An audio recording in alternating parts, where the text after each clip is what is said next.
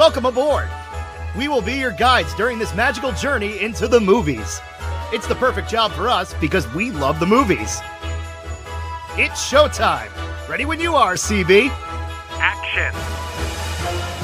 Welcome to Monoreel Radio, episode number 273. I'm Sean. And I'm Jackie. And we are here this week to celebrate the 20th anniversary of Confessions of a Teenage Drama Queen. Is celebrate the right word? It's an anniversary. It's a birthday, so to speak. I am on the struggle bus right now, by the way. For those who can't tell, I mean, how can't you? You were on the struggle bus a couple of weeks ago, but the allergies have gotten to me, and now it's my turn. But I'm trying to not let that affect my view of the film. We could have totally just played this off as you getting weepy over the teenage rom-com. I wish I would have thought of that to lead. I like teenage rom-coms if they're done well. As to whether or not this one is done well or not, we're going to flesh that out as a part of this conversation. But contrary to popular belief, I had actually not seen this film prior to sitting to discuss it, because I was not in the target demographic whatsoever. But if I remember correctly, you told me that you had previously seen this film.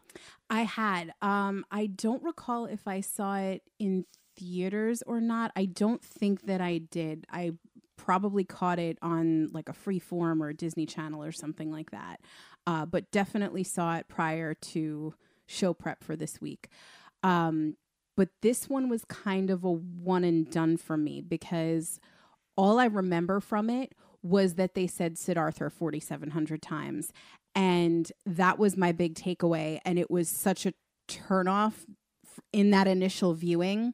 It wasn't one that I really wanted to go back and revisit. So I guess we will see if my opinion has changed at all.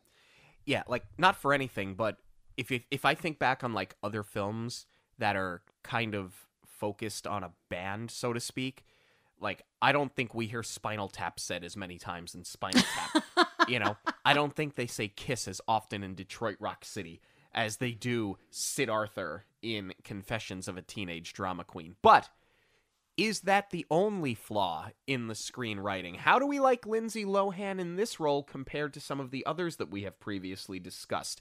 That, on top of many other things, is what we are here to discuss today. This episode is sponsored by Fierce Fox Co., designers of handmade silkscreen shirts. Fierce Fox has a t-shirt, tank top, hoodie, or crew neck for every fandom. So whether it's the movies or theme parks, princesses or villains, the MCU or Star Wars, everyone will find something they love. The designs range from subtle quotes from our favorite films to iconic characters we can wear proudly in so many different styles such as sketchbook and concert tees. Listeners of Monoreel Radio can get a 20% discount using the code Monoreel at checkout. Visit fiercefoxco.com to check out all of the collections. We meet Mary Stepp, also known as Lola, a 15-year-old drama queen who is moved from New York City to Delwood, New Jersey, away from Broadway, where she wishes to be an actress. Lola loves the band Sid Arthur. Did we tell you that already? Especially the lead singer, Stu Wolf. She meets Ella on their first day of school and bond over their love for the band. She also meets Carla Santini, the meanest girl and biggest drama queen in her school. Lola slightly struggles with being from a working class family in a wealthy town, so she starts to tell lies, like her father being dead. She is set to audition for a modernized version of Pygmalion, and she wants to play Eliza, while Carla assumes that she will have the role. Lola wins the role as well as the eye of Sam, her crush. Lola and Ella's lives are rocked when Sid Arthur announces their breakup, preparing to play their final show in New York City. Carla, whose father represents Stu Wolf, has VIP tickets to the show as well as an invite to the very exclusive after party. Lola lies and says that she has tickets too and to the after party, so she starts to scheme her way in, although Ella's sure her parents will not allow her to go to the show. Lola's father offers to take her to the show, but she refuses as it would expose her lie. When the girls go to buy the tickets, they see that the show is sold out, so they must resort to buying from scalpers, but Ella struggles with whether she can lie to her parents and attend the show. Her parents are receptive to them attending, as her parents are also going to be in the city for the weekend, and arrange it so that the girls can stay with them in their hotel room after the concert. Desperate for an outfit to wear to impress Stu Wolf, Lola convinces Sam to to steal the Eliza dress from their play's wardrobe department to wear for the weekend. Ella gives Lola their money for safekeeping, and they head into the city. When they find a scalper, Lola realizes that she left the money in her makeup bag on the train. They try to sneak into the concert, but fail. As they try to find the after party, the girls get caught in the rain, and Lola learns her mother sent her father to follow them. A drunken Stu gets thrown out of the after party, so the girls follow him to help get him sobered up and into the party to show Carla up. When Stu gets the girls picked up by the police, Ella learns that Lola lied about her father and is infuriated with her for this very, very large lie. Lola comes clean to her father and the police about the night's events, so they are let go and Stu invites them back to his party. Stu gives them dry clothes to wear and sends theirs out to be cleaned. The girls make amends, and Carla is shocked to see them at the party. Lola is disappointed when Stu gets drunk again and admits to needing booze to write all of his songs. Carla convinces everyone at school that Lola and Ella were not at the party, upsetting Lola, who decides to bail on the play. Ella convinces her to take the stage, and at the cast after party at Carla's house, Stu Wolf shows up to return Lola's necklace that she had left at the after party, proving to everyone that she was in fact there and that Carla lied. Stu tells Lola that he is in recovery thanks to her and offers to keep in touch. They dance before Lola dances and kisses Sam. Wow. That was a more in-depth plot than I thought we were going to do for this movie. It has to be, though. Like, honestly, like, for a very hollow plot, as, you know, for a finished product, the movie's very hollow. It's thin. But but at the same time, it has a lot of very important details that I feel like they didn't focus on in the right moments, and I think that's the biggest problem. Just like off the rip, I think that's getting this out of the way. It's the biggest problem. It's cause and consequence. That's where you do need the details to come in. I think it is worth noting this was adapted from a book. Much like Confessions of a Shopaholic last week, this was another one. Clearly they had a certain demographic in mind. They knew they were going to do this adaptation, but originally they were using this as a vehicle for Hilary Duff. Now, why am I bringing up casting so early? I think that that's important to hit on here because this is coming off of the success of Freaky Friday. Lindsay Lohan was very hot by this point. She was very popular. So I can sort of see where Disney may have shifted the focus to her. But the other reason that I'm bringing it up is because we have seen Lindsay Lohan nail the British accent in Parent Trap. But it is so bad in this opening sequence, this fantasy that she's playing out in her head where her family leaves New York, but they leave her on her own so she gets to stay in her beloved Manhattan. I'm wondering, though, was it actually a brilliant acting choice on her part because Lola's acting chops aren't developed yet? So I'm glad that you bring this up because through two viewings of this movie, and this kind of,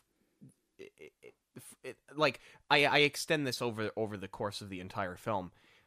At times, I don't know if things are bad because they're just not well executed, or if they are ironically bad because it's being stylized as being overly dramatic.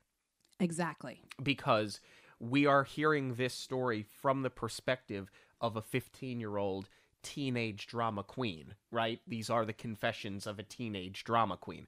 And I don't know, I still cannot sit here, maybe by the end of the conversation I'll land on something, but I don't know if it's a bad movie or a brilliant movie. And it starts with that, because that was the first thing that stood out to me, was how is she so unconvincing this time when she did it for an entire film only at age 11. Only a few years prior. Yeah. Yeah. I think that is going to be a question that we're going to bring up quite a few times. Is this bad or is it brilliant? Because to your point, yes, it is putting us in her POV for sure. So I think that that's where things are over dramatized.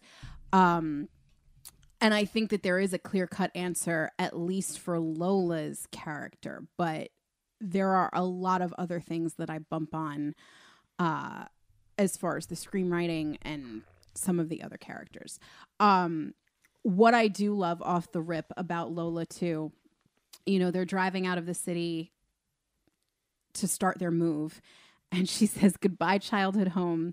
Goodbye, intellectual and spiritual stimulation. Goodbye, Broadway. And I don't think that I have related to a Disney character more since Meet the Robinsons and the Caffeine Patch. Here's the thing. You found a personal connection with that because we moved from New York to Central Florida. She's moving from Manhattan to the suburbs of New Jersey. Bingo. That's where the movie collapses out of the gate. I understand where they needed to keep them close enough where getting to the concert for two teenagers is plausible, that are old enough to maybe have a night out, but they don't drive yet. So that all checks out. But they move to the suburbs and they're acting like it's another planet. Even once they get to Jersey, the kids in New Jersey are like, oh, Manhattan. Like they're terrified of it. Yeah. I mean, by not 15, but I mean, by 16, I was going into Manhattan, not by myself, but like with friends. We were allowed to take the train. Like once my parents knew that I wasn't going to get lost and I could find my way back, I was allowed to go. I mean, of course, you know, there's dangers in every city, but the way that they're making it sound, it's like the Wild West out there. Well, that's what Manhattan is now, but not at the time that this movie came out. But my problem, the big problem with that is that it's the Megan Fox character, right? Her father represents Carla Santini. Her father represents Stu Wolf. She goes to these exclusive VIP parties. Bingo. Like she has her nose up at Manhattan. Meanwhile, you would think that it would almost be a jealousy thing because Lola had what she always wanted. And it just doesn't make sense that she's high class, high brow and can't wait to go to the VIP after party exclusive in the city at Stu Wolf's place. But then at the same time talks about, you know, Manhattan, a place that's within an arm's reach, as if she came from, you know, Boise, Idaho. Not that there's anything wrong with Boise, Idaho, but you get what I'm saying. I can see where for somebody like Ella, who has been very sheltered her whole life, it's like the big bad city and she doesn't want to go there and she's happy being at arm's length. But yes, to your point, for somebody like Carla, you would think, especially coming from money, you would think that she couldn't wait to be, you know, like the Manhattan socialite. The other thing is that, and I mean, maybe this is just from us knowing the tri-state area, they are literally, as you said, in the suburbs. I have to imagine they're in like Bergen County, New Jersey, in North Jersey, where it's like 40 minutes outside of the city. Because if her dad's a lawyer, you have to imagine that he's commuting. Right. So again, it all checks out for that quick train ride. It just really doesn't make sense for these kids to have a view of New York City like their parents have never taken them there. When that, like, you never went on a school trip, you've never gone to see a Broadway play. I don't believe any of that. No, I also don't believe that when her mother hired a moving team to move all of their possessions, that they would just decide to strap the big orange Snick couch onto the top of their four-door sedan. Again, this is where the movie is overly dramatic. Not through Lola's POV, though. Yeah, we get it. They're moving. We don't need to see something strapped to the roof. We know that they're moving, because you just told us they are. You didn't have to make it more believable. All right, let's get into this, though, now that she has the first day of school and she does have an interesting first impression on certain people, specifically Ella. What I like about this, this was before Mean Girls, I believe. It was. Okay, so definitely a precursor, because this reminds me, her first day is exactly like how it's set up with Regina George in Mean Girls. So, like, I'm glad that she kind of latched on to Ella, because as soon as you see Carla and what Carla represents and everything that Lola wants to represent, remember, that's not even her name, but she gave herself that name, right? You would think that she would want to link up with her and avoid being friendly with someone like Ella. But I like that they kind of thought outside of the box, and I thought that it was smart to use Sid Arthur as a means of bonding the two of them together. I would agree, but I don't think it's that far outside of the box, because we see this in Harry Potter, both the book and the film, where Harry gravitates towards Ron because he knows that he's, he's going to be, you can just tell they click with each other right away. And then when Malfoy enters the picture and he's like, oh, I come from this long, prestigious line of wizards, he kind of takes the dig at Ron, and he tells Harry, like, you're going to want to watch out who you hang out with. And Harry fires back with, I can tell who the wrong kinds of people are for myself, thanks, or whatever. It's written a lot better than I'm saying it right now. But point is, we have seen it before. The only thing that I bump on here, I like that she immediately gravitates towards Ella. And then we see Sam looking over at them when they're having lunch. And Ella calls Sam over, but we never really learn how they know each other. And at first I was like, oh, is this like a crush on the brother trope? Is Sam her brother? But I don't believe that he is, because we do get a few scenes in Ella's home where we don't see him around. And if it's not her brother, it doesn't really jive with Ella's character, because she seems kind of closed off, like she's kind of antisocial, but by design. That's how she wants it. She doesn't want to be part of a clique. She's happy to do her own thing. Let's talk about characters that needed better introductions. For somebody that is so judgy, I find it impossible to believe that Ella's mother is going to be popping frozen food in the microwave. And the fact that she judges Lola's mom because they don't own a microwave, because her mother doesn't believe in microwaves. For someone that is so highbrow with such refined taste, I find it interesting that of all the things that you're going to have a problem with, that is one of those things. I feel like both of the mothers are just so poorly written. Aside from the fact that they don't have a lot of lines, like they are literally plot devices and very much a trope of the mothers who are sort of out of touch with their teenagers, but they still have to be the disciplinarians and aren't really, they are devices purely there for the sake of conflict. The girls want to go to a concert. There's an obstacle standing in their way. And they didn't bother to write for these characters or flesh them out in any way, which is a big miss, especially when it comes to Lola's mom being a single mother and being an artist. And they do dip their toe in the water with how she's fitting in this town and how she's being judged by other parents like Ella's mother. That could have actually been really interesting.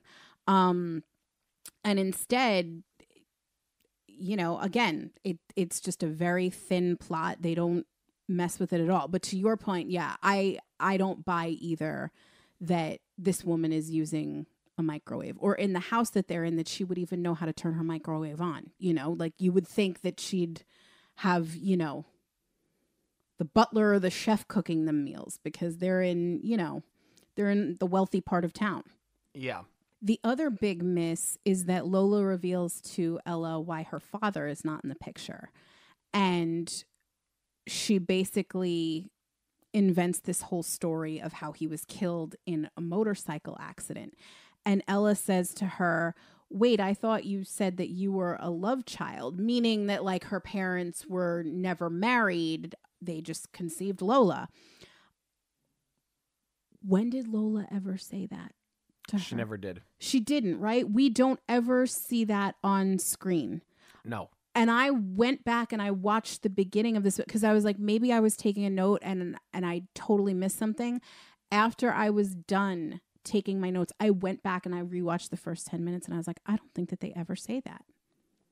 And if she is a love child and they want to use that as a means of judging her and her mother for having this promiscuous lifestyle and walking around in overalls with chopsticks in her hair and all that, you can't give them a whole family. The fact that she has siblings makes no sense. Because we never find out. Were the parents never married or are they divorced? This is another thing that never gets resolved. So we can only go off based on what we've heard, which is that she's a love child, and then it sounds like she sort of made up a story to like fix the boo-boo. Exactly. But why though? That's the other thing. We might get into this a little bit later, but we never really find out what her relationship is with her father, because at first you're setting it up that it's bad and that's why she's killing him off, you know? Like I'm thinking maybe dad cheated on mom, that's why they're moving away or whatever. And the siblings are too young to understand what's going on, but Lola is at that prime age of teen angst and lashing out at her dad over a broken family. Perhaps that's why she wants to be so involved in theater and use that as an escape. We get none of that. And even before we get to see what her relationship with her father is during the night out in the city, we see phone calls to the house. We see him offer to take her to the concert. So clearly they don't have an estranged relationship. So we need more of an explanation as to why things are still kind of okay. Because otherwise, like, why would they have moved? Why are they separated? I also think that we needed to not have her father call and offer to take her to the concert on the heels of this lie. Like, we know that there's no way that this story is accurate. That he hit a pizza truck and that he was thrown over multiple blocks of Manhattan. We know that this is clearly a made-up story, but to not give it any breathing room, to not have that oh moment, we should only learn that her father's alive when he's trailing them in Manhattan. Exactly. I don't think that... Because I think it would have built for better drama, because now they're in the middle of their night out. They're in enough trouble as it is. And now she's about to have her lie exposed to really the only friend that she has. I think showing us way too early on that he was alive was a mistake. And to your point, the fact that obviously the parents are not together, but they don't seem to have a bad relationship, and he does not seem to have a bad relationship with his children. He's not, you know, he's not some musician that's, you know, traveling all the time and meeting different women. You know, I could almost see that being something, you know, but that's not the case. He seems like a nice guy whose marriage or whatever relationship just didn't work out. Right. And that is why it's so confusing that in those brief couple of minutes, Ella's saying, but wait, I thought you were a love child. And then she makes up the story that he's got. We as the audience don't know that you're lying yet. And that's why it's so confusing. Either way, it doesn't matter what the lie is. We just don't know. And then because we do get that phone call with the dad, Lola sort of becomes an unreliable narrator, which could have been really interesting, but they don't utilize the other characters enough to have us shift into their point of view and really start to question Lola. I think one of the biggest misses in terms of a character in this film is Miss Begoli. When Lola has her first day at school, she's in Begoli's class. She wants to go out for the role as Eliza. And Miss Begoli, you know, she's almost like Miss Darvish, whatever. Depending on who says the line in High School Musical, there's 4 different ways that you can, figure out how her name is pronounced. She very much has that, theater is my life. I love the theater. I love my craft. I take this very seriously.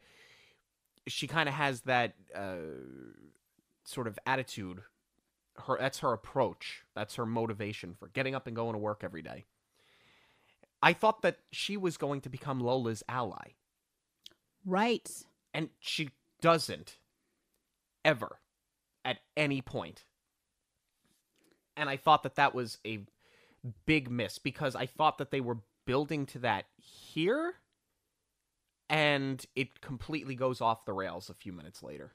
Especially because even though Miss Begoli is a teacher, I don't believe this is a class. It's the school play, right? So it's an extracurricular activity. That's usually where you do get like those the strongest mentor type of bonds, where you're not reporting to somebody as just your teacher, or if you're not in their class. You know, I had teachers that I wasn't in any of their classes, but they ran the extracurricular programs, and that's how I got to know them. So they were more, it was more of a friendly kind of a relationship. So exactly, you would think that she would be an ally. What I do have to say is very refreshing, though, is that it wasn't Lola to be the one pushing to modernize Pygmalion. And she respects the original as a piece of art, and she wants to keep it true to the source material.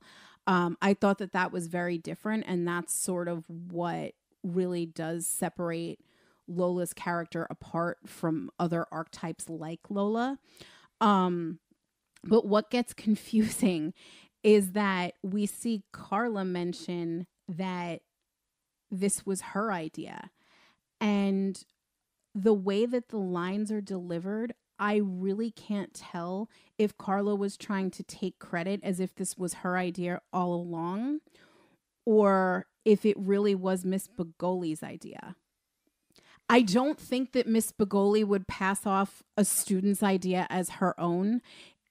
It's just not convincing enough that Carla, because I think we hear Carla say it first. She does.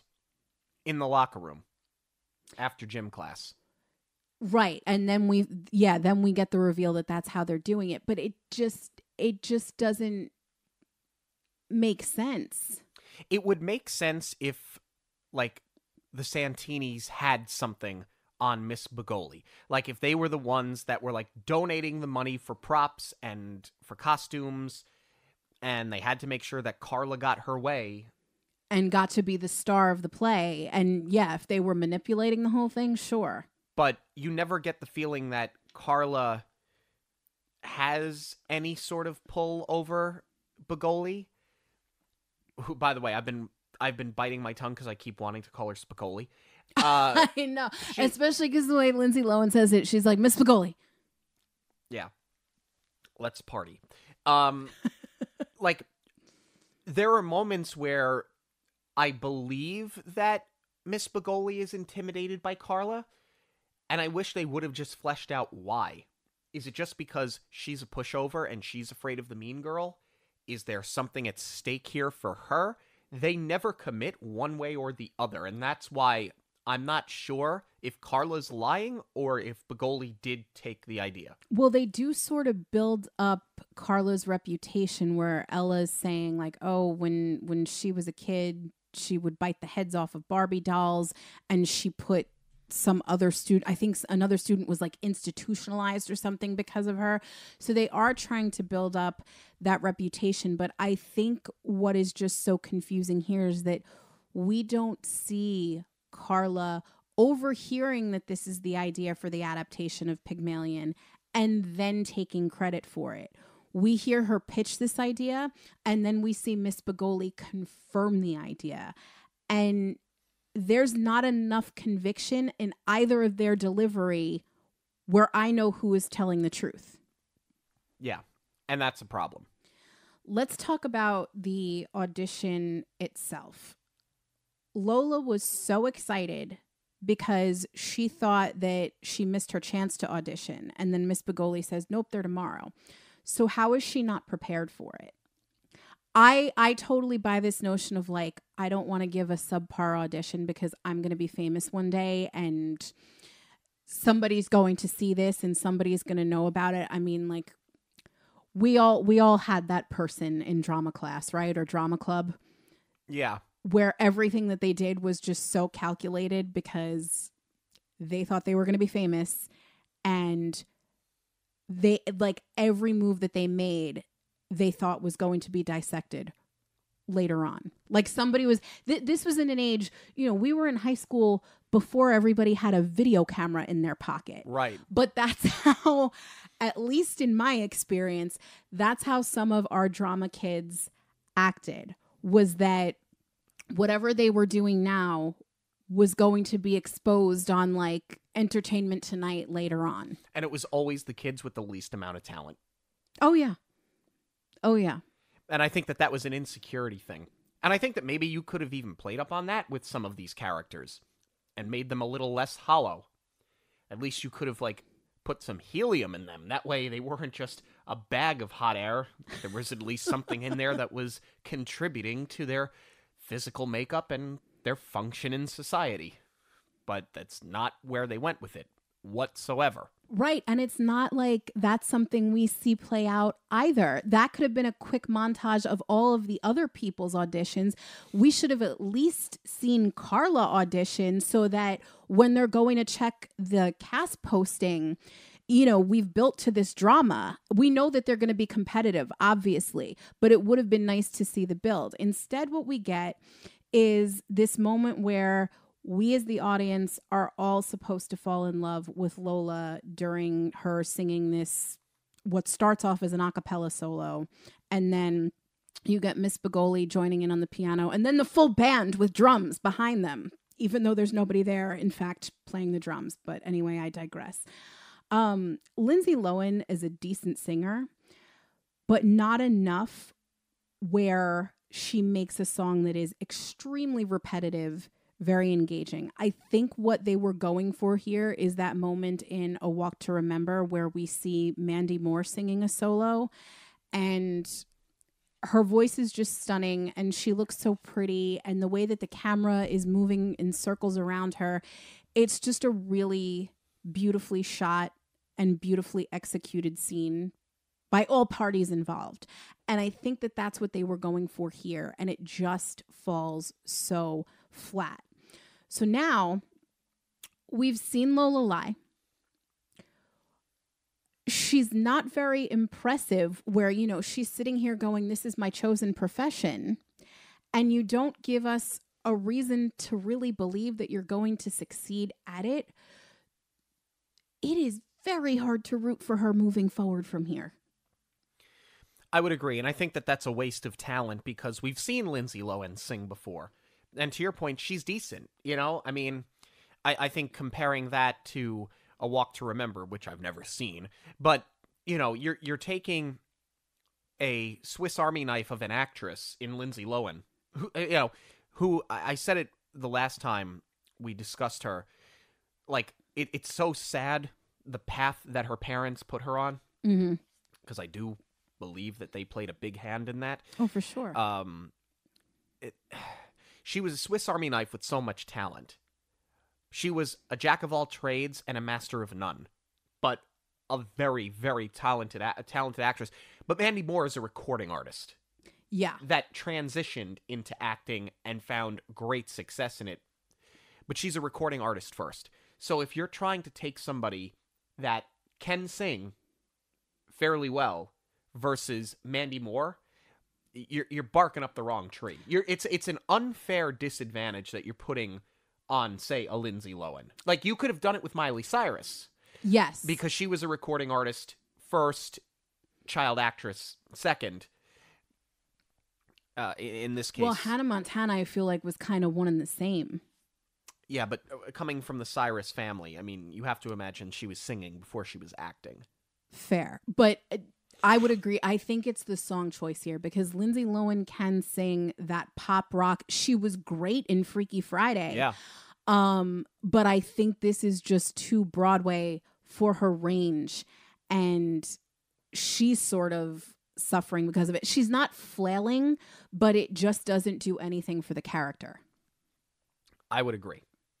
I think what this does do well, though, a credit to both actresses, Lindsay Lohan and Megan Fox. I buy the tension between the two of them.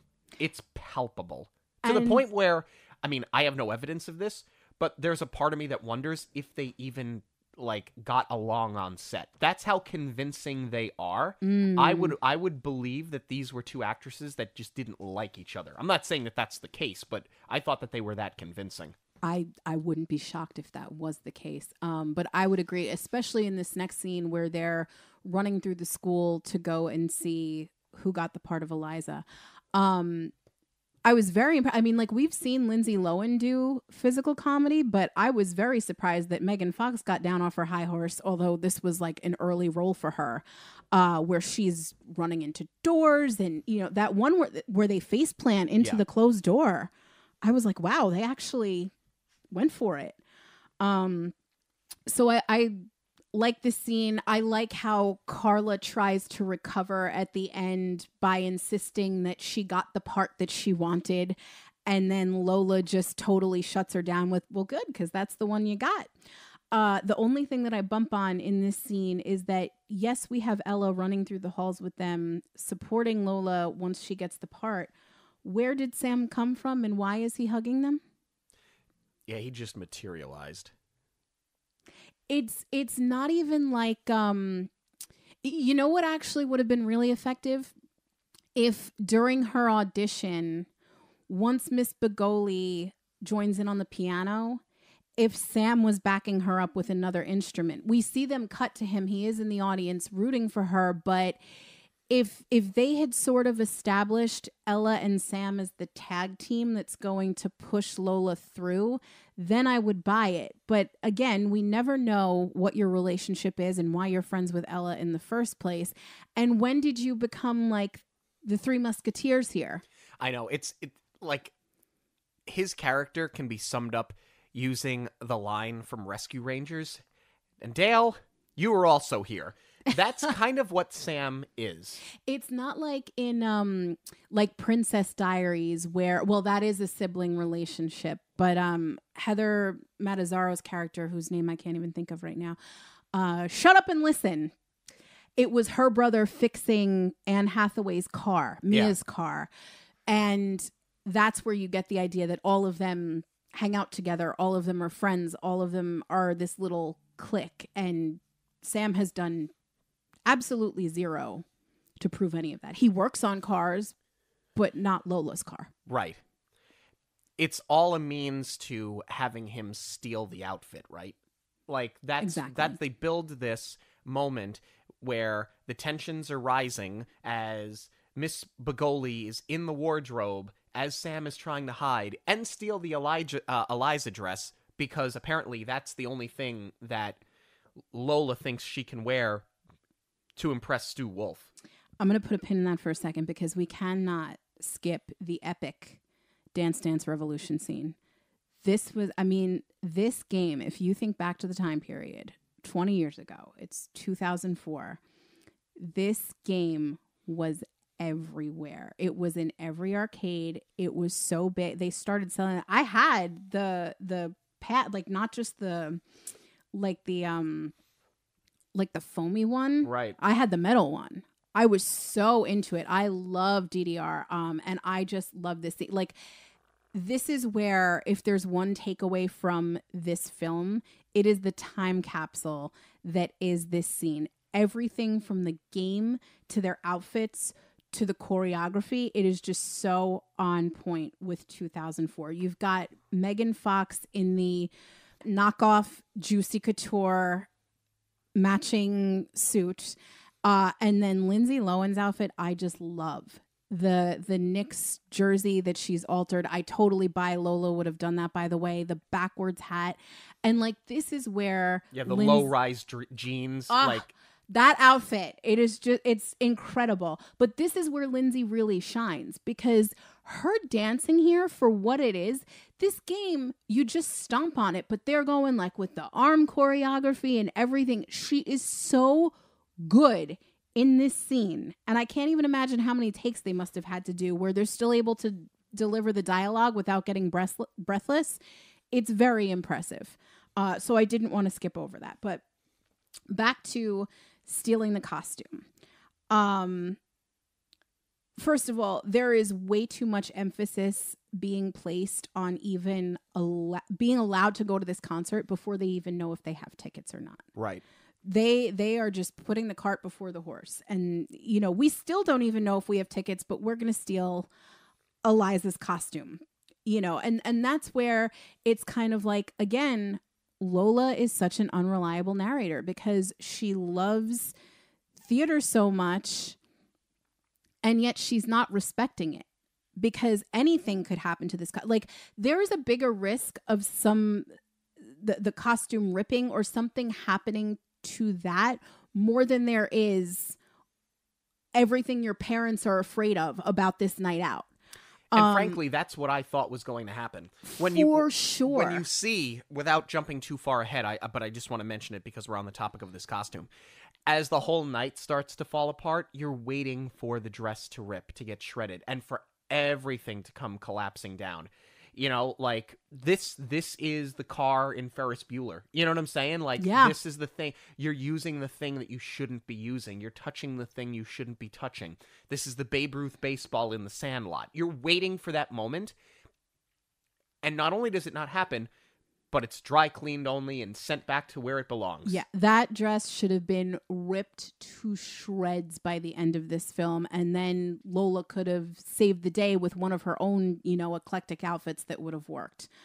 But the other thing that I bump on about this scene is that, obviously we're going for the snatch and grab element here of Miss Begoli catching Sam in the act. She says that she needs to go back to the office for something because she's like hyperventilating, with Lola, missing a couple of steps because she's distracted, knowing what Sam is doing for her. I can only assume that Miss Begoli is in fact an alcoholic, and that's what she was going back for, because we never see the thing that she needs from the room. I thought for sure that was going to be the big reveal. Me too. That she had a flask or a bottle or something. A paper bag would have been fine.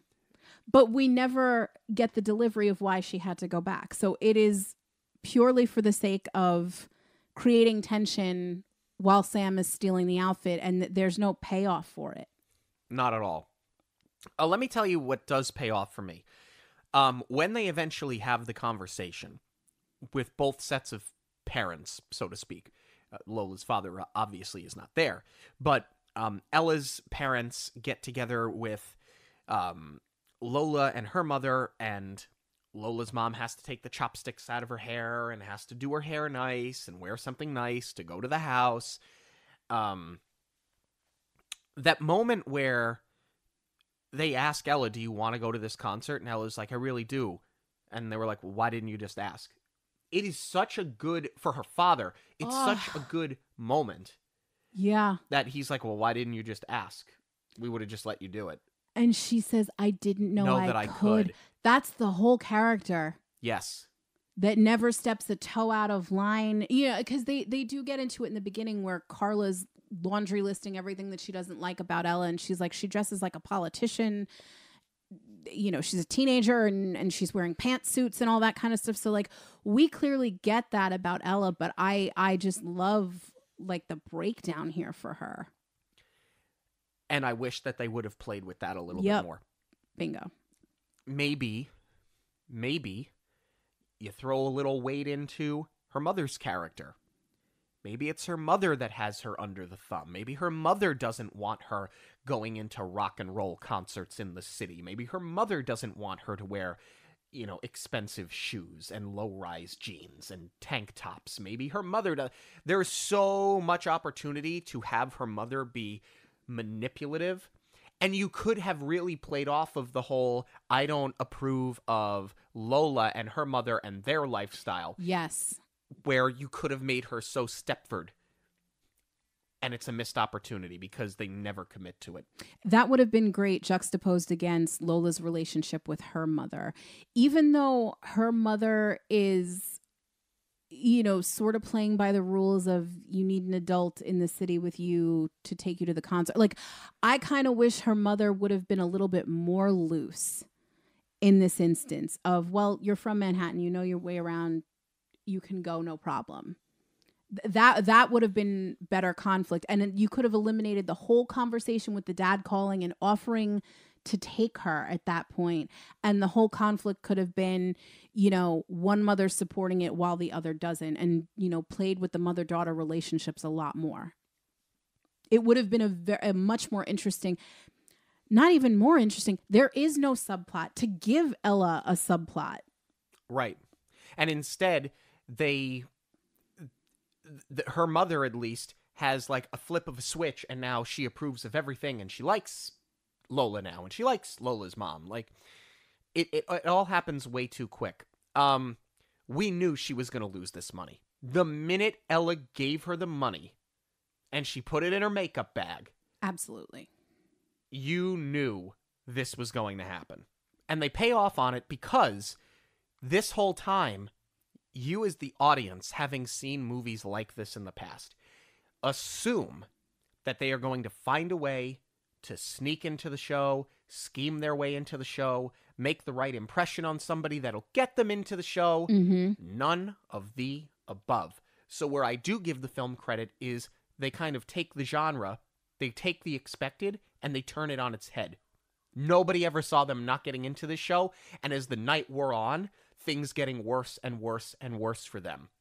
And I feel like there was such an opportunity here to play it for comedy. Like Superbad.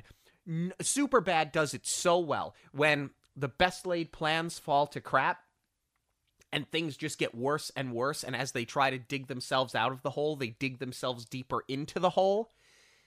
There was an opportunity for that here as well. That would have been great to see. Instead, again, I find myself having trouble rooting for them because they love this band so much, they don't even care that they missed their only chance to see them. This is the farewell concert. Right. We know you've never seen them before because you had a hang up about even asking your parents to go to this concert. So this is your last chance. To me, and I don't know, maybe I'm just looking at this differently. If it were my favorite band, I would have been brokenhearted missing my only opportunity to see them. Once they break up, you'll have other opportunities to meet them. They're going to do solo projects. You can go and try and stalk them or whatever individually. Right. This is the last time you're going to see them all together. That should have been the emphasis. And I know that part of it is, you know, Lola buying into her own hype and lying, and that's all going to fall apart. But the fact that you went to all of this trouble, that you had to get into the city, and your biggest obstacle was, you know, the parents and the logistics of it, not, in fact, whether or not you had the tickets. That's what the problem is that the band has become secondary to having this night out, being seen by certain people, and the bragging rights that come along with it. So that later on, when you do finally meet your hero, and she does get her moment with Stu, and she realizes that he's not everything that she thought that he was, and he's not the idol that she made him out to be, I don't even care that you're disappointed, because it really wasn't about the band for you. So you really have no right to judge this person when you weren't really supporting his career. And with Ella, I don't think Ella really cares about being at this after party. I think she wanted to be at the concert. Yes. This all of a sudden just turns into, so are we here for the concert and we're pivoting to the next thing? Because they give up very quickly It almost seems like the entire reason why they even went into the city wasn't even for the concert. It was just to go to the after party so that Carla sees them there. Oh, yeah, that's exactly what I mean. I think it became that. I think it started out as a genuine thing where they wanted to go to the concert, but it very quickly dissolves into being seen at the party. And for Lola, it just doesn't make sense to me because you already got the lead in the play. You've bested Carla. You beat her at DDR. You have bested Carla every step along the way so far. So why do you even care? The other thing that sort of collapses for me, I think it's hysterical when Ella thinks that they're being stalked and then Lola realizes that it is her father. But what doesn't make sense is that, and this is where a little bit of background about their family could have gone a long way. That dog should have been jumping all over her in recognition. Forget if this is the family dog or whether or not her dad maybe got a dog once he's living in his bachelor pad for companionship. That doesn't matter. If you've had a relationship with him, I assume that you've been to his place on Bleecker Street, which we find out later. This dog should be familiar with you. So it should have jumped all over her. And the other thing, what is going on with this shot?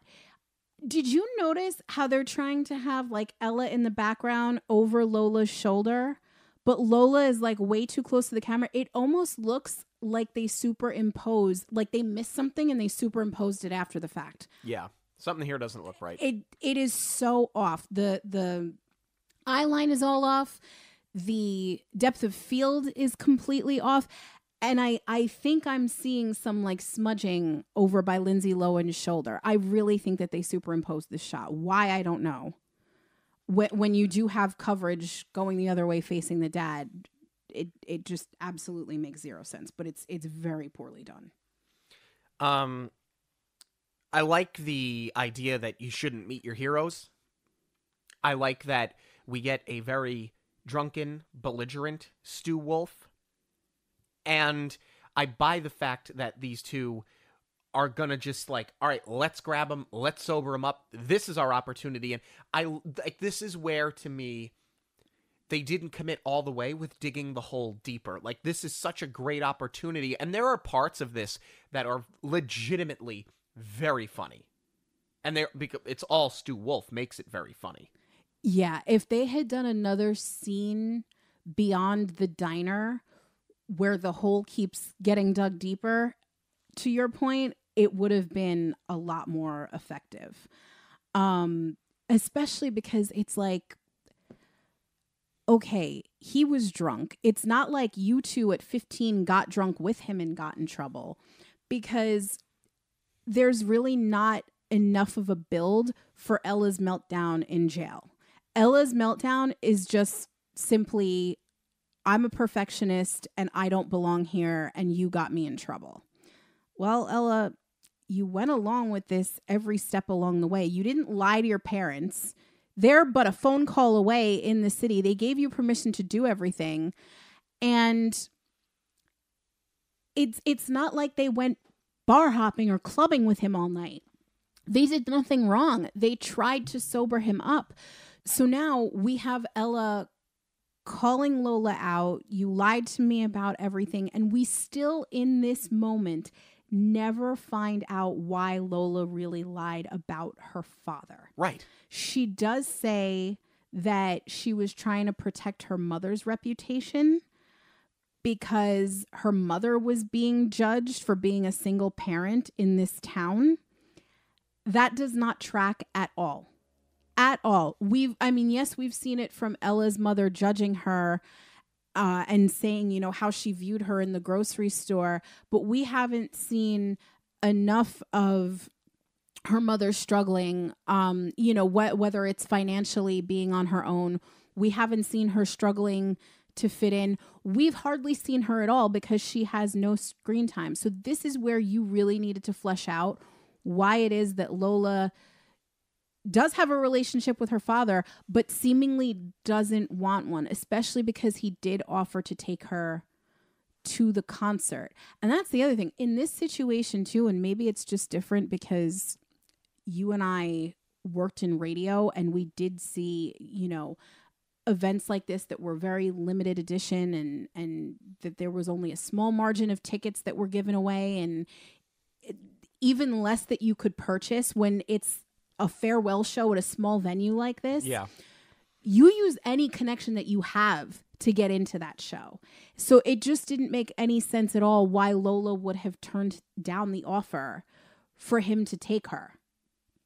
And this is where all of that could have been brought to light. And it's just not. Instead, you get a police officer asking for Stu's autograph. This gets us to the point where everybody gets invited into the after party, including the police officer that was trying to get his autograph. You do have to feel good for them that for the first time in this entire movie, doing the right thing paid off. Because they haven't done the right thing the entire movie. Yes, but that all gets lost in the fact that now 15-year-olds are being taken up to a rock star's bedroom to change their clothes, which, when I was watching this when I was younger, that kind of went straight over my head because you're in that teenage POV where, you just want to meet your hero and spend time with your favorite rock star. And it does not occur to you how entirely inappropriate that is. And they're being chaperoned by Lola's father, who does not bat an eyelash over them going upstairs to Stu's bedroom. I mean, Stu's not with them. No, he's not. But I mean, especially him saying, oh, we'll get you into something dry. It sounds like a line. I realize he's not with him, but being that he sort of orchestrates the whole thing, it's entirely inappropriate. But then you do get, exactly what's expected. There's the scene of them, living the life. And what would you do if you got into your favorite star's bedroom and they're going through, there's the clothes montage. And I don't know if you caught it, but Lindsay Lohan is doing the Freaky Friday choreography with the guitar here. I did notice it.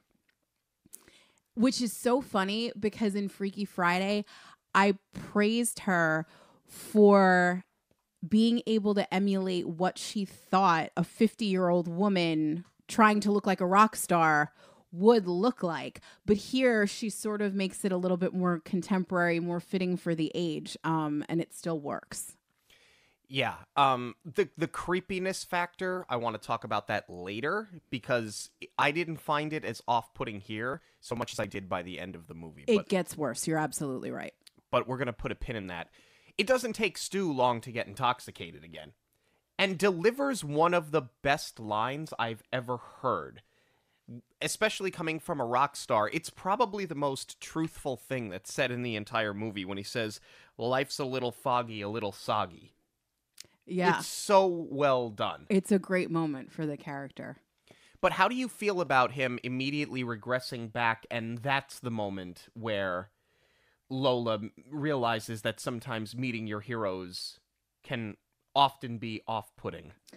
I mean, it's not a surprise at all that he got drunk again. To me, what was more surprising was how quickly he sobered up because he never really gets his coffee. He's trying to order food, but has no money to pay for it. So he's had absolutely nothing to soak it up. And I don't know that they were sitting in the police station for all that long where he would have come to. So for him, it's not a surprise at all. But I do like that they wove the don't meet your heroes theme into this. I think they just could have taken it a little bit deeper. Being that Lola is an aspiring actress, I like how it's all set up and how it's presented because she's trying to ask him about his art. She's not trying to, she's not fangirling all over him, really. She's trying to level with him as an artist. And this is where her delusions of grandeur about who she's going to be really does pay off because she is trying to get to the heart of it and she is trying to find out what does make Stu tick and, perhaps apply that to her life. But it sort of regresses because it becomes about a teen being disappointed in somebody that she really looks up to, and not enough about, wow, I really wanted a bigger takeaway that I could apply to my own career, my own life here. Especially because she doesn't really have a present father figure, sort of. Yeah, again, a very unclear relationship with her father. Even though he's in the next room. Yes, and he and Stu are now going to be pals because they bonded over the dog, which is apparently a famous model of some sort. Oh, I thought it was a kid's show. I couldn't tell. I thought Stu said book. Yes, at one point it's a book. I guess in my head I'm thinking like Clifford the Big Red Dog. It's a book. It's a movie. It's a book again. It could be anything. I guess if we had to compare it to something more modern, it seems like this dog is like of Bluey fame, you know? Yeah, but this far into the film, I shouldn't still be asking these kinds of questions. Right. This should have been answered a long time ago. And it could have also been so easy to just make her dad a part of the industry. I mean, I know they did that with Carla being Stu's lawyer, but I mean, the dad could have been a manager, an agent, what have you. A venue manager. It could have been anything. So we see Carla. Carla sees them. The look on her face is spectacular. And then they go back to school. And Carla lies and convinces everybody that neither one of them were actually at this show. And I think that it's a really strong moment because it shows just how much control Carla has over the situation. It shows how calculated and manipulative Carla is because she's so convincing when she tells this lie. And then it just goes to show that Miss Begoli really is the worst. Because now you've got teachers that are laughing at her. Teachers that find this whole thing entertaining, having no idea that what they're hearing is in fact the lie. And it took that moment, honestly, it took that moment for Lola to understand how powerful and how hurtful a lie can be. Because even with her apology to Ella, lying about her father being dead, it seems like it's half-hearted and half-baked. Selfishly, it's not until it affects her that she sees just how awful this can be. I agree. The lie to or trying to apologize to Ella does seem disingenuous because 2 seconds later they're going into the party. So it really seems like Lola was still trying to force Ella's hand and that the apology was just to get them to the next point.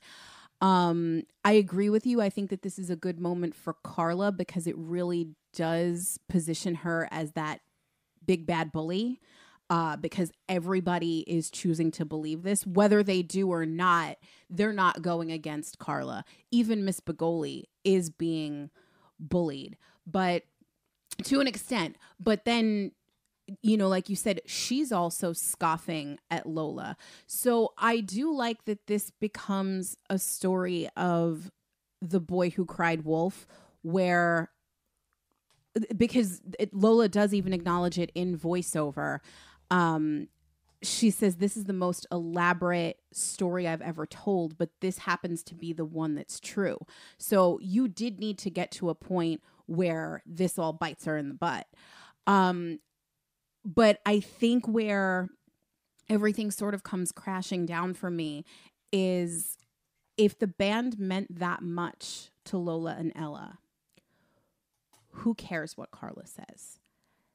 This should have been, you know, the point where they had an unforgettable night and that's all that matters. And they never, that never comes out. Like no one ever says, we know what the truth is. We know what this night meant to us. We know that we have a relationship with Stu. So who cares what everyone else is saying? Instead, it still becomes about, Carla, you saw us, you know, we were there. and not enough about, I want my name cleared. I don't care that I hung out with the band. I don't care about the party. I just want the truth told that I am not actually making up this elaborate story. This is what happened.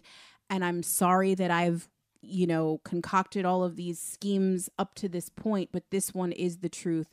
And I just want to finally come clean. And because none of that really happens, I don't feel like Lola gets her full character arc, because it doesn't feel like a lesson is being learned. It just feels like, no, say you saw me with the band. Yeah, like, it's welcome to the other side of life. I think that she needed to feel that pain, and I was waiting for that moment. And it's a little cliched, but I'm waiting for that moment of, we don't need her approval. We don't need them to know because we know. Yeah. But again, that's where the movie actually does do a fairly good job of taking what you expect to happen and turning it on its head. I will give you that. And I will give you that it is sort of cliche, but like, I just needed the character arc to land, because then Lola sort of doubles down on everything once again, where she's faking being sick because she doesn't want to go and perform in the play. And she lies to Ella again. Ella tries to come and rally her, and she's giving she starts listing her symptoms when she's clearly not sick. And you just promised her not but 5 minutes ago that you were never, 5 minutes of screen time, it was the night earlier, you promised her you were never going to lie again. At least to her. But I think that this is Ella's best scene. When she Yes. has a very heartfelt conversation with her here, and talks about how she forced her out of her shell, her out of her comfort zone. I think that it's not only one of the best acted scenes in the film, but I think it's the best character moment for any character in the entire movie. I would agree with that, especially because it delivers on the scene with her parents where she says, I didn't know I could. Yeah. This is a full arc. This is, you gained something from this night out in the city. And even though Lola has been lying this entire time, you did find some courage. You did stand up for yourself. And now you're standing up for yourself to the most important person, because you're not letting Lola take you down again. Yes. So she rallies her. They head over to the school. Meanwhile, in another bit of horrific dialogue, when they believe that Lola's not coming, Miss Begoli tells Carla, get into costume, while she's already in costume, and then has her change into the costume that is not the costume being worn in the first scene. So she's got her in 3 different outfits going on 4.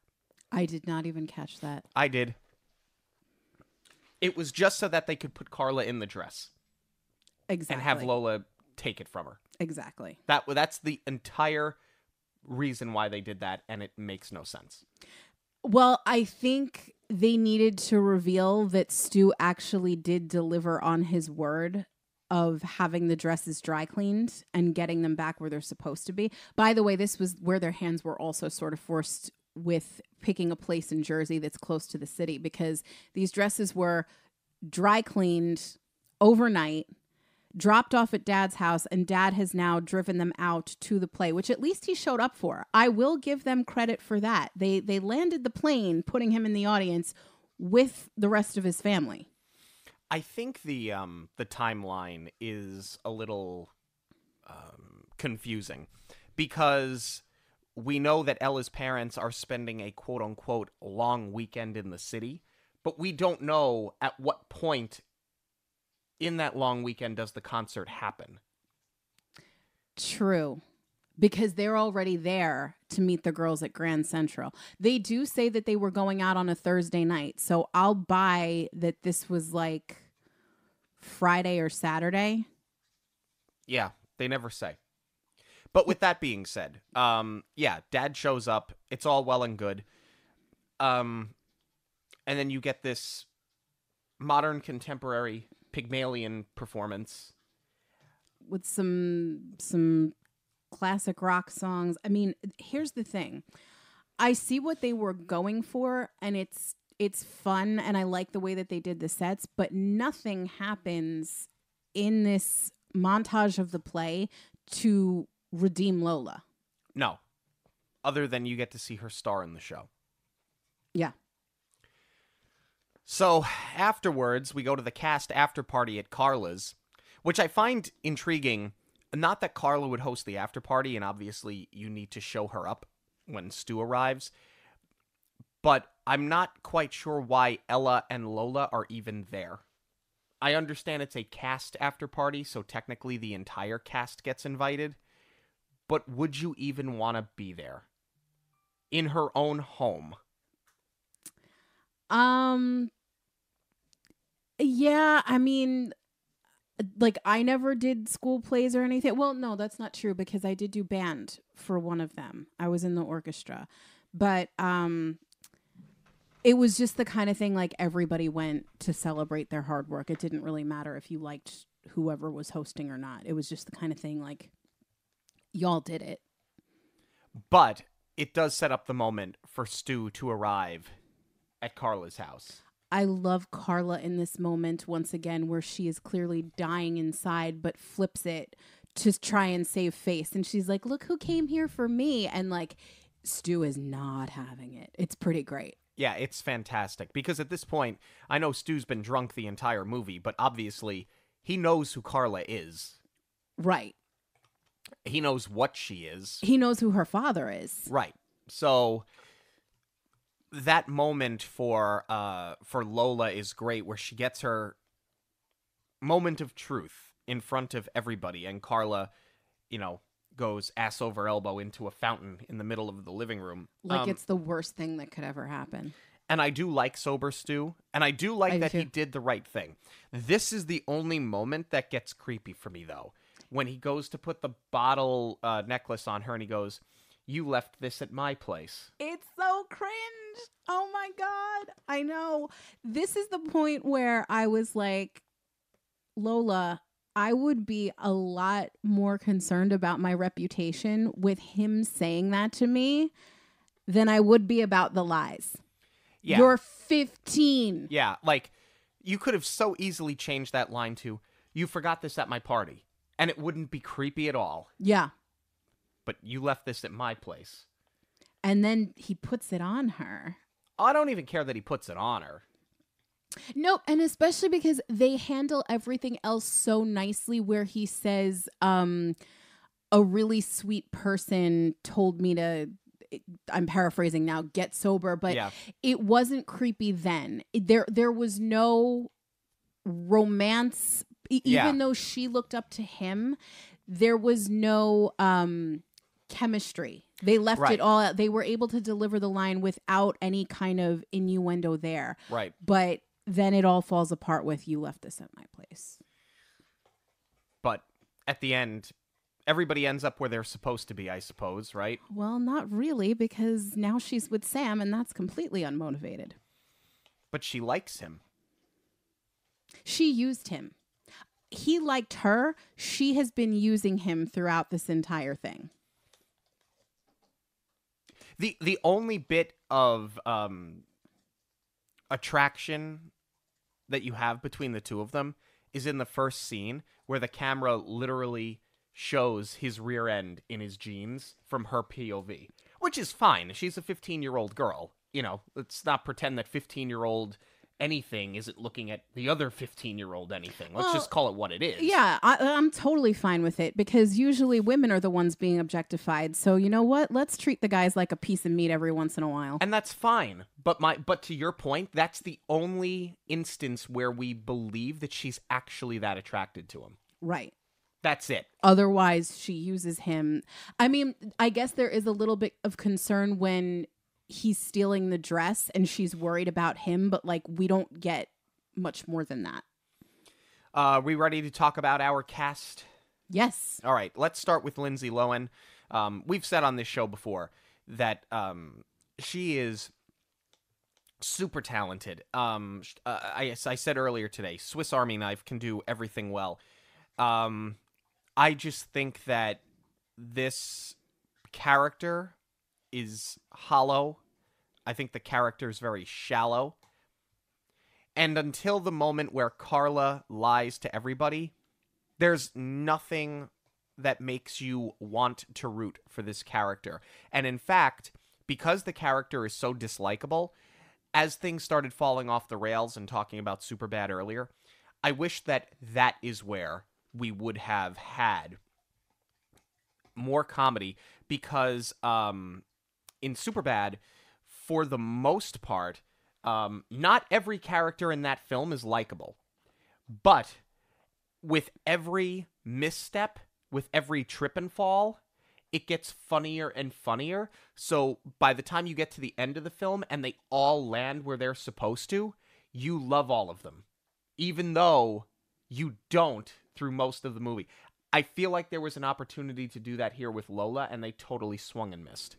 I couldn't agree more. I think that Lindsay did the best she could with what she had to work with. And it's not just that the character wasn't fully fleshed out with a really strong character arc.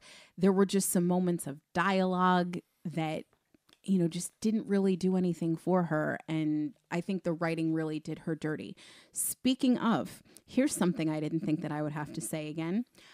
I was very harsh on the crew of Freaky Friday because there's a scene where she's in her bedroom with her shoes off and her feet were dirty, and nobody should have let her get on camera like that.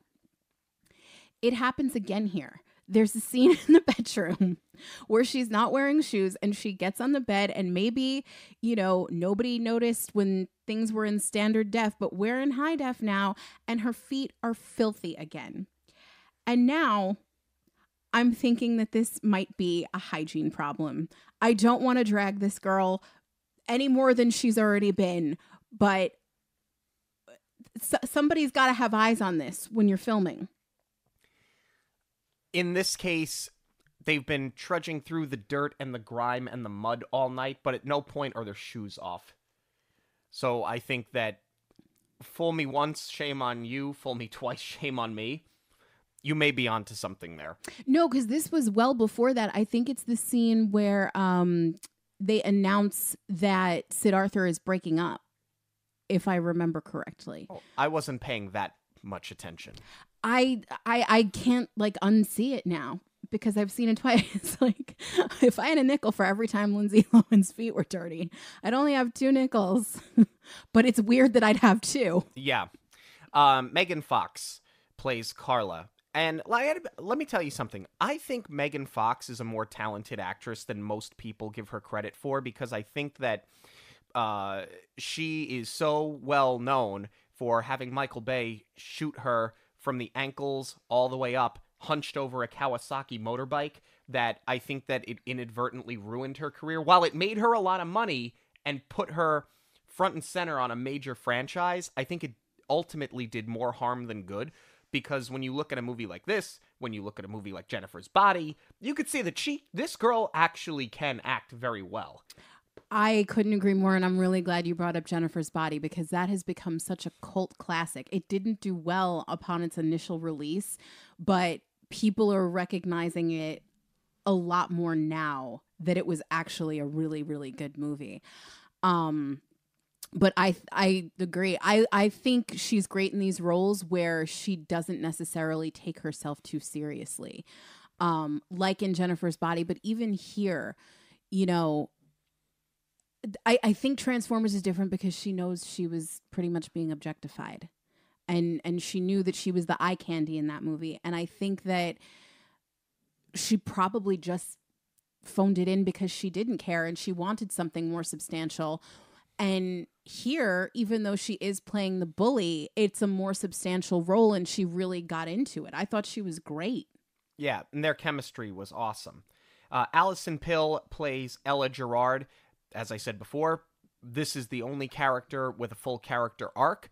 And of everybody in this film, I think it's her story and her development that I find to be the most intriguing. I would agree. I think that she's the most fully fleshed out character. I think that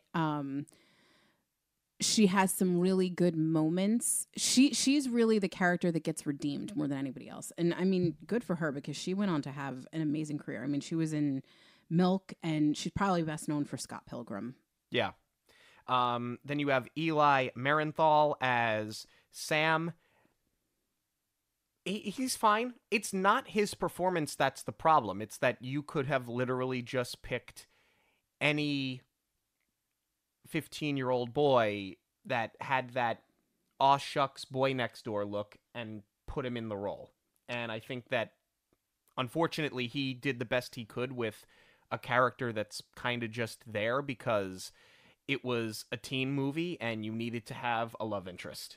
I agree. I hate to say it, but he could have been anybody. Adam Garcia plays Stu Wolf. I thought that this, for comedy, when he's standing at the police station banging on the desk going, I want onion rings now. Yeah. It's one of the funniest moments in the film. I love Adam Garcia from Coyote Ugly. I think that's probably his most notable film, but I love seeing him here. And what I really love about it is that he was able to toe the line and play this character as a drunk without going too far into petulant, pampered rock star. You get a little bit of it, but he exercises such control. You are rooting for him to get sober. By the time he does tell Lola that he's a couple days clean, because he's only been, we said it's been over a weekend, maybe a week at best. You believe that he's going to do it this time because he says that he's tried it, but he's convincing enough where I buy that this is the one that's going to stick. Yeah. Carol Kane plays Miss Begoli. I have liked Carol Kane in so many movies, like Scrooged and Dog Day Afternoon. She's very, very talented. This is the most dislikable character in this movie, through no fault of her own. Yeah, they definitely wasted the talent here. What I also bump on, too, is that, okay, you cast Carol Kane for her name. Great.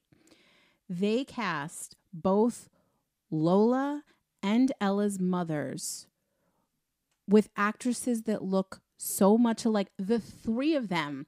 I really thought, I was like, is this supposed to be part of a joke where like Lola is so out of touch with her own reality that all adults look the same to her? They look so similar to me. But that's not the case. It is three different people. But there was a moment where I thought they were going for an artistic choice here. Yeah, Glenn Headley plays Karen, Lola's mother. I thought she did a fine job.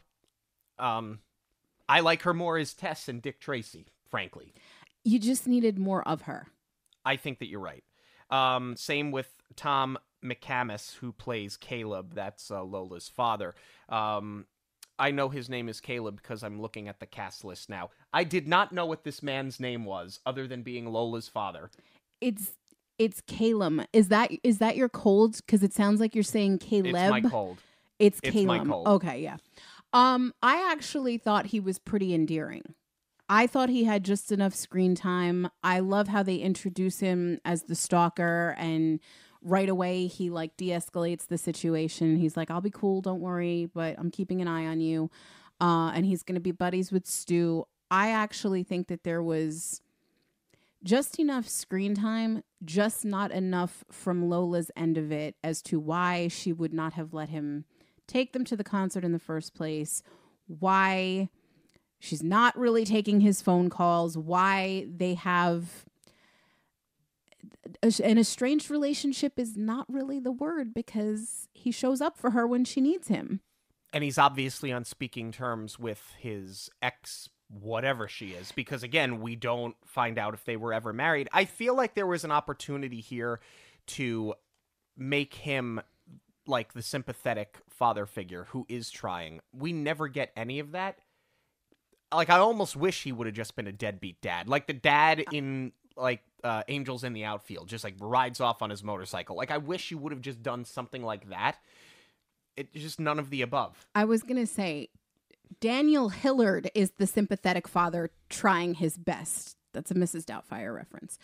I will give this props, though. I mean, when you think about it, 20 years ago, this was a very early example of not using the divorce as a cliche for parents that hate each other, and they are doing some solid co-parenting here. Yes. It's not it's not the stereotype of bitter and then gets back together again either. Oh, God, yeah. Final thoughts on Confessions of a Teenage Drama Queen. I'll go first. So we posed the question, is this bad or is this brilliant? I hate to say this, but I think it's bad 3 ways to Sunday. The writing is just so problematic as far as the story structure goes. It doesn't do a lot to redeem itself. However, with that being said, we need movies like this. And I'm not just talking about your mid-budget rom-coms that will hopefully draw, you know, women in for a girls' night out at the movies, you know, these Jennifer Lopez movies that somehow she keeps managing to do. You know, like Marry Me was the latest one. With Owen Wilson. I don't know why we keep getting those.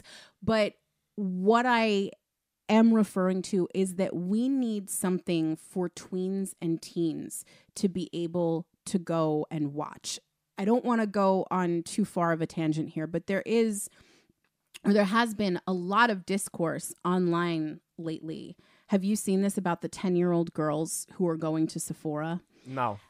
It's been a huge conversation, and not even in the sense of like a 10-year-old does not need to be buying retinol when their skin is not even fully developed yet. That's not the issue. The issue is that 10-year-olds are going into Sephora. They don't know how to behave. So they're like basically terrorizing the stores. When you think about what 10-year-olds is, forget even the fact that they've been raised by a cell phone. 10 years old means that 4 years ago, when they're just getting out of kindergarten and they're supposed to be going to school, they were at home because of the pandemic.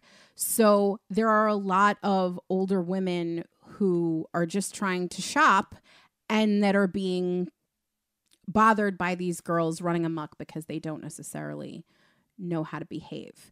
And the discourse comes from that, you know, it's lazy parenting because they're not teaching them how to act in public. They're dropping them off at the store and not, you know, paying attention. And the reason that I bring this up is because they're going to Sephora because they have nowhere else to go. It's not like when we were growing up. I mean, forget the fact that kids are in front of screens now and they're not spending enough time outdoors. They don't hang out at malls anymore, really. They are on their phones all the time. You need to give them something to do. And I think that we would solve a lot of problems if we started making movies again with that demographic in mind. Right. Well, this is the state of Hollywood. They're not interested in making a movie like this. They are only interested in making movies. There are two kinds of films that are getting made right now. Art house films and blockbusters. There's nothing in between. And that's what I'm saying. You need more movies like this that are in between. The closest thing that we've had, you did see this age group return to the movies last summer with Barbie and the Eras Tour being brought to the screen. And that was those are wonderful. Examples, though. But that's what I'm saying. They're blockbusters, but they did a wonderful thing by having that kind of a draw. You need something like this that's a rom-com with a bigger name that tweens are going to want to see. Well, and this is going to be my point in my final review. My final say. Is this a good movie? No. It's really not. Through no fault of any of the cast. These are hollow characters that are poorly written. However, I'm a 37-year-old man at the time of this recording, watching this movie for the first time. If I was not the target demo. No, I'm not. But you know who it did speak to? 14 and 15-year-old girls who wanted to see Lindsay Lohan in another Disney movie. That's who it spoke to. That's who it spoke to. And they went and they saw it in droves. That's why they're still talking about this movie. It doesn't matter that it's a stinker. They liked it because you wrote to the target demographic. And it didn't need to have 4 sequels. And it didn't need to have an attraction at Epcot. And it didn't need to sell a ton of merchandise. You made a movie on the cheap that profited at the box office and made your target demographic happy. That's what I think Hollywood needs to go back to. Specifically, that's what I think Disney needs to go back to. They will do the opposite. Movies like this are not going to get made anymore. There's a reason why Jennifer Lopez, on occasion, still comes out with these movies. McConaughey, he has now established himself as a very serious actor. But he had a 10-year run where he did rom-coms. Oh, yeah. And some of the best. Sarah Jessica Parker, another one. You know, like, they had these runs of doing these rom-coms, and yes, it springboarded them onto other things. In Sarah Jessica Parker's case, coming off of Sex and the City and doing rom-coms, it kept her there. But that was the draw. They had to overpay her for her name. Right. So, at the end of the day, I don't think Hollywood's going to do that. If they can't turn it into a 3 to 7 movie franchise, it's over. It's over. The Fast and the Furious, the first movie was cool when I was 14 years old. These are the dumbest movies of all time. And they get worse and worse and worse. And for some reason, they keep making them because it's become a very successful franchise. And I think part of it is people are going to see how bad and how dumb and how off the rails they're getting. So I think that you do need more in this target demographic. I think you do need more that isn't something from Marvel, from Star Wars, from DC. You know, not every book, not every epic adventure needs to be adapted into a, well, now we're going to do a 6-part film and then a 3-part prequel. That's what all of this is turning into. You just need original ideas. But we are interested in knowing what you have to say. You can join the conversation. It's on social media at all major platforms at Monoreel Radio, or you can email us monoreelradio@gmail.com. News of the week and a contest winner are coming up, but first a quick break. Now that we live in Florida and spend a lot more time in Disney World, you know we love to share our park experiences with you, especially in our dockside chats. However, telling you about our personal experience during a park day while sipping on a margarita is not the same thing as getting travel advice, which is why we are so happy to be partnered with our good friend Kelly at KMV Travel. You know Kelly from our reviews of Thor Ragnarok and Rogue One, and she has recently launched her own boutique travel company providing complimentary assistance with vacation planning. If you're thinking about booking a trip to Disney, you can visit kmvtravel.com and request Jackie as your travel advisor. We promise she will help with more than where to find the best margaritas. Well, this is certainly on brand. We got a Valentine's Day gift from Disney this week. The announcement of Fantastic Four starring Pedro Pascal. This is going to hit theaters on July 25th of 2025. I think the artwork is great, and I think that we knew that we were going to get Fantastic Four eventually, but this is just lather, rinse, repeat in line with, we need original ideas, we need creativity, no more sequels, and then sequels, more Marvel. I mean, to your point, it wasn't really a surprise, though, because this has been the big question hanging over Marvel, right? Well, there's 2. When are the X-Men coming? Which I think that they're doing the animated series, but I think we're also going to get more answers for that with the with Deadpool 3 coming out. Yes. But this was the other big question, is what's happening with Fantastic Four? What's canon? What's not canon? I'm really surprised that they didn't have a trailer or teaser ready for Super Bowl, and that this was the drop. But I am very intrigued by this artwork. It's looking like 60s, a little mid-century modern. So I think that it does sort of answer the question of how are they going to make it canon, and we're going to put it in the timeline, you know, after Cap, before Captain Marvel. So I think that's interesting. And if they do it anything like WandaVision, I think it's going to be crazy cool. You also didn't mention that Joseph Quinn is in it. He's from Stranger Things. I didn't catch it at first. He's Chrissy Wake Up. Oh, yeah. Yeah. Okay. I mean, listen, the casting is great. We knew that we were going to get this, and I like the Fantastic Four. So, like, the thing is, like, I'm kind of jaded. I'll be the first to admit it. Like, I should be really excited about this, but, you know, wrapping up the conversation that we just had, like, I wish that we were getting things that were different and unique and original. More things like Wish, frankly. I mean, I will always agree. I want to see more original content. However, I think that this is an original idea, even though it is part of an IP. So far from the very little that we have of it, I like where it's going. And we have the end of an era as the Disney Movie Club is shutting down, as Disney has now entered an agreement to transition the printing of their hard media to partnership with Sony. Yeah, that was some interesting and unexpected news. I mean, doesn't really affect us because thankfully we didn't get rid of any of our physical media. You never and should. We never will. Exactly. For this exact reason. So I think that's going to be interesting to see what comes of this partnership, and if there is a boost in physical media, I'm hoping that there will be. I think that's going to be really interesting to see. But if you are a part of the Disney Movie Club, separate from Disney Movie Insiders,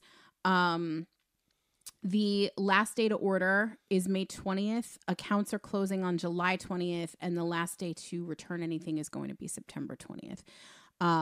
Which tells me too that given that you're aiming for September to have this all wrapped up, they're really going to make like a big holiday push this year. I liked being a part of Disney Movie Club. I liked when you would have that physical media delivered to you, on or around the release day. You just had to remember to go into your account and make sure that you did not purchase it because it was on an auto thing. That's what made it the club. It was on an auto ship. But I mean, it was nice, and like every now and again you would forget to cancel the order and you'd come home and that envelope would be sitting on the doorstep and you were like, oh, please be something I wanted. More times than not it was, so it was worthwhile. I'm surprised that Disney is transitioning into this partnership with Sony though, because like Best Buy, for example, announced I think a week or two ago, they are no longer carrying any form of physical media. No more CDs, no more DVDs, no Blu-rays, no 4K, no Ultra, no nothing. So interesting that Disney would enter into a partnership with physical media because so many are transitioning away from physical media. Although, as we just said, we don't think that you should. Let's transition over to parks for a few minutes. The Wine and Dine 2024 weekend will be going on sale soon if you are a Run Disney fan. Everybody knows that I am. They announced the theme this year, Cheers to 15 years of the Wine and Dine half marathon weekend. Some very exciting characters that I think are going to lead to these races selling out very quickly. I feel like Run Disney is listening to you because you had a lot to say on the medals and the shirts for these last couple of races. But in particular, last year, we were kind of harping on, like, we found the thread of food through all of the medals, but it was a very loose thread. This is a lot more clear cut with characters being tied to food. I was very excited to see some Muppet representation here with the Swedish Chef being on the 5K. I love that. I think it's brilliant. I think it's about time. You've got Tiana for the 10K with her beignets. Again, very timely with the opening of Tiana's Bayou Adventure. And this year, Princess and the Frog will be celebrating its 15-year anniversary. So that's the perfect tie-in. And then you've got Remy, of course. And they brought Mickey back. I love this. Mickey is the icon for the challenge medal. He used to be the icon for the half marathon medal, But yeah, I'm happy with it. I think that Remy for the half marathon makes a lot of sense. I'll be honest with you, as excited as I am to see the Swedish Chef here, based on how I felt coming out of marathon weekend, and I talk about it in depth in our dockside chat from that month, and I'll go ahead and I'll link that in the show notes as well, so you can go back and listen to it. As excited as I am, I really don't know that I'm in any rush to sign up for that 5K. I know. You know, That's the only thing. They've gotten very expensive, and if it's anything like the previous 5K, first off, it's going to be a nightmare to even register for it. But secondly, if it's anything like the other 5K was, where it was just herding cats, and I didn't feel that it was executed terribly well, I'm not so inclined to hand them a bunch of money just to get that medal. Even though I'd love to have it, I don't know that I can justify the spend on it, because I can run the Space Coast Half Marathon on December 1st, always the Sunday after Thanksgiving. So Thanksgiving's going to be late this year, actually. I can run that half marathon and get a finishing beach towel, plus a great medal, and a great shirt, and an after party with unlimited food and beer for less than it would cost to run the 5K at Run Disney. And so that's my point. It's like, as much as I want to do it because I'm very excited for it, I need to see that they're going to clean up the 5Ks a little bit. That's my only hesitation with doing it. Or at least really start enforcing the runner's protocol. Yeah, which is harder to do at the 5K. Mm-hmm. But I think if you are somebody who's going to run a 5K at Disney, you can't be swept. I think that's a great medal to earn. To the point where I'm I guess they're giving Mickey the icon for the challenge because he was the previous icon and it's an anniversary year, but I'm sort of surprised that they're not making Swedish Chef the icon for the challenge. Because the 5K is going to sell out in spite of it. I mean, they're all going to sell out. But the fact that Figment was a very sought-after character and a sought-after medal, and they did him representing the challenge to get people to sign up for more than one race, I'm surprised they didn't do the same thing with the Swedish Chef. Yeah. But well, I mean, I guess if you're encompassing 15 years, like, why wouldn't you go back to Mickey at that point? With that said, we also did get the release of the foodie guide to the Flower and Garden Festival for this year, running from February 28th to May 22nd. Yes, this is why I run through the parks. Some new additions. 60, I believe. There are 60 new items coming for Flower and Garden this year. And that includes beverage. Yes. So just kind of giving it a quick once over. The Honey Bistro, we went to that last year. Mm-hmm. We had that chicken and waffle, and I remember it being soggy and not that great. Very hit or miss. I heard it was either soggy or I was hearing a lot of like chewy chicken. So we'll see. Hopefully they have a redemption arc this year. But I remember that spicy honey was very spicy. I would, if we were to get that again, if we were to give it another try, I would ask for it on the side because I thought that it was just a little too hot. But they do have honey glazed cauliflower with honey roasted carrot puree, rice pilaf, spring vegetables, honey blistered grapes, and sunflower brittle. That's the new item there. I think that that's going to sell very well. I think it's smart to have a plant-based item over there. And I've noticed that they have a lot more plant-based. It looks like every booth this year has at least one, if not more, items that are going to be plant-based. They've definitely been incorporating more plant-based items. But to me, like, this is really the festival that you do that. Like, those really nice, fresh flavors. Yeah. Pineapple Promenade, the Dole Whip is plant-based. The spicy hot dog, that's kind of a favorite. Florida Fresh, they really stepped up the Florida Fresh booth this year with the warm water lobster tail in key lime butter. I can imagine that that's something that you are going to be jumping all over. 1,000%.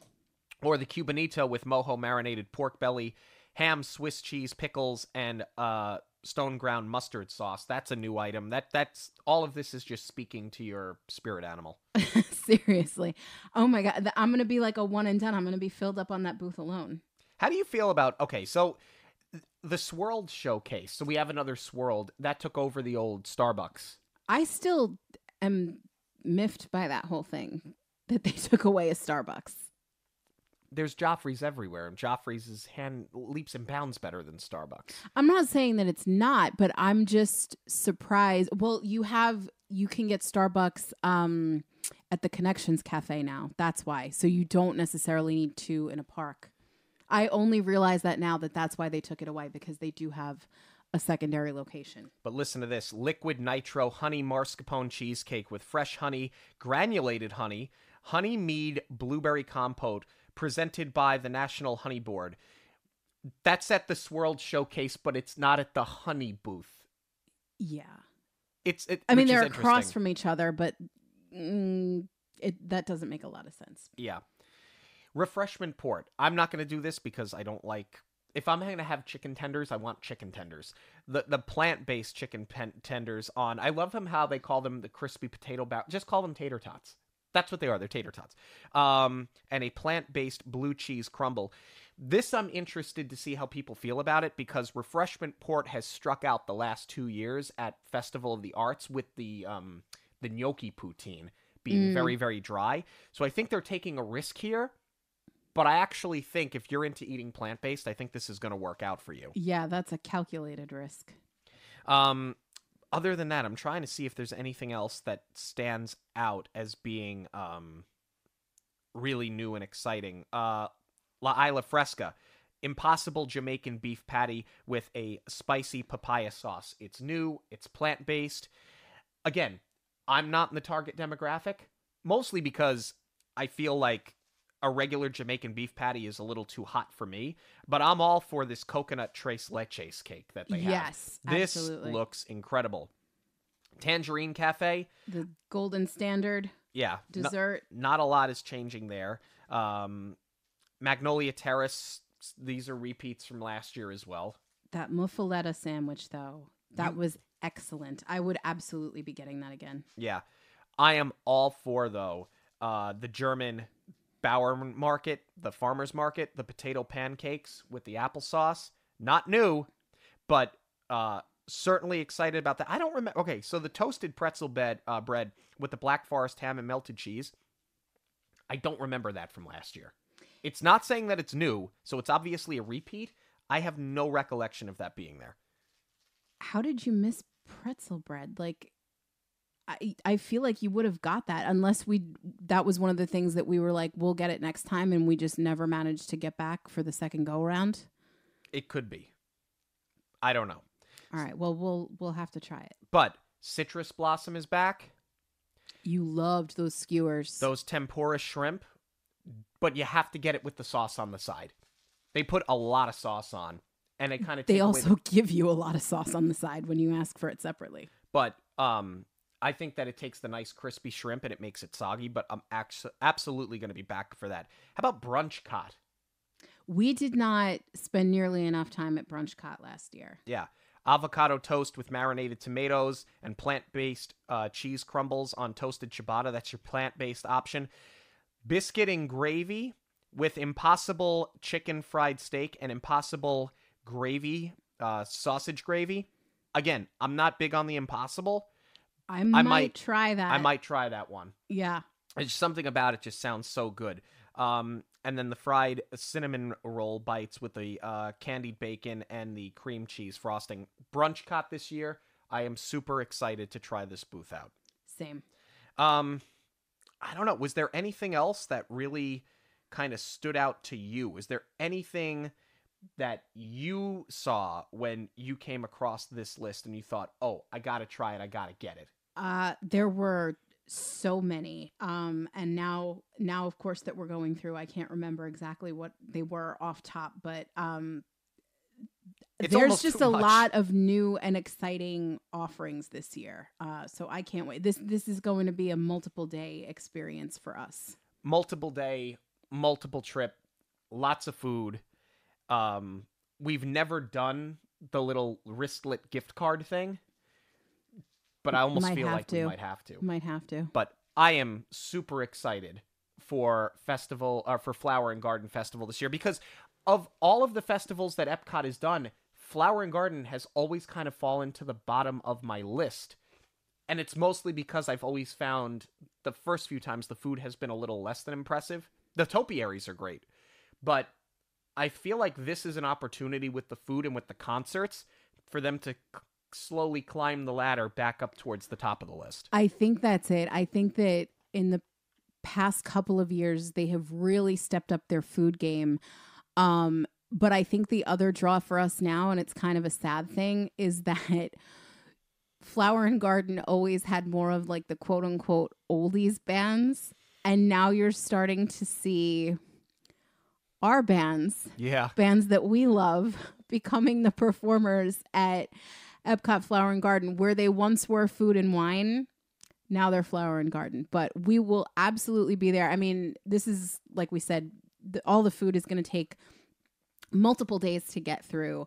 But we know for sure we're going to see Lit Memorial Day weekend. We're very, very excited about that. Very excited about that, and very excited to give away a great prize. Here on Monoreel Radio, we have a Funko Pop Asha with Star. We ran this contest on social media. Congratulations to Disney's Broke Princess. We will get your shipping information and get your prize pack sent out to you as soon as possible. Thank you all so much for joining us this and every week on Monoreel Radio. Monoreel Radio will always be free, but there are many ways that you can help support the show. Please give us a rating wherever you listen to your podcast. Join the conversation on social media at Monoreel Radio on all major platforms.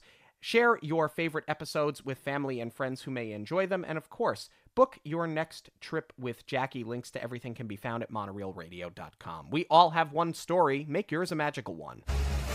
On behalf of Monoreel Radio, we'd like to thank you for joining us. We'll see you at the movies, the stuff dreams are made of.